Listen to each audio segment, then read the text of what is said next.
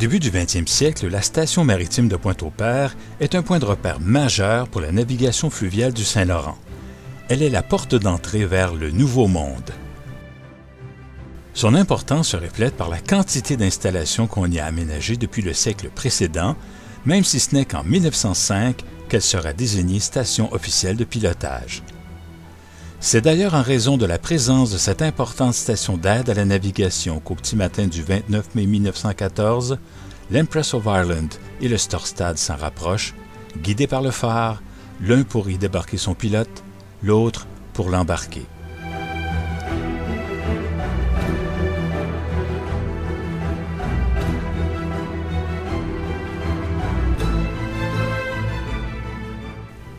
Nous sommes entre 1900 et 1914. Jetons un coup d'œil en rafale à ces installations. Cette maison abrite la famille de l'ingénieur du signal de brume. Elle accueillera sous peu celle du gardien du phare lorsque les deux fonctions seront fusionnées. Le hangar du Crayère à brume est le site de plusieurs expériences sur les signaux sonores. La présence de plusieurs cornets en témoigne. Ce petit hangar doit servir au personnel du site pour les réparations et l'entreposage. À partir du hangar du compresseur sont menées d'autres expériences sur les combustibles qui alimentent la lumière du phare. Avant l'avènement de la conte de brume, les marins pouvaient avoir une idée approximative de la position du phare en temps de brume grâce à un coup de canon toutes les 30 minutes. Ce poste des signaux permet la transmission de messages à partir d'un code international de drapeau. Il peut aussi indiquer l'approche d'un navire de telle compagnie, ici le Canadien Pacifique.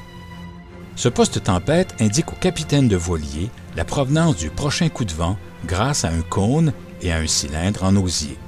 Ici, on prévoit un fort coup de vent en provenance de l'ouest. Le second phare a cessé ses opérations, mais il abritera le télégraphe terrestre et plus tard les locaux des pilotes.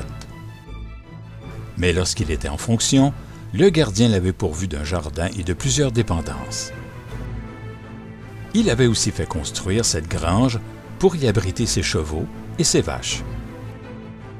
Sur le rivage, on retrouve la station d'observation qui permet aux pilotes de surveiller l'arrivée de leur navire bien au chaud et au sec.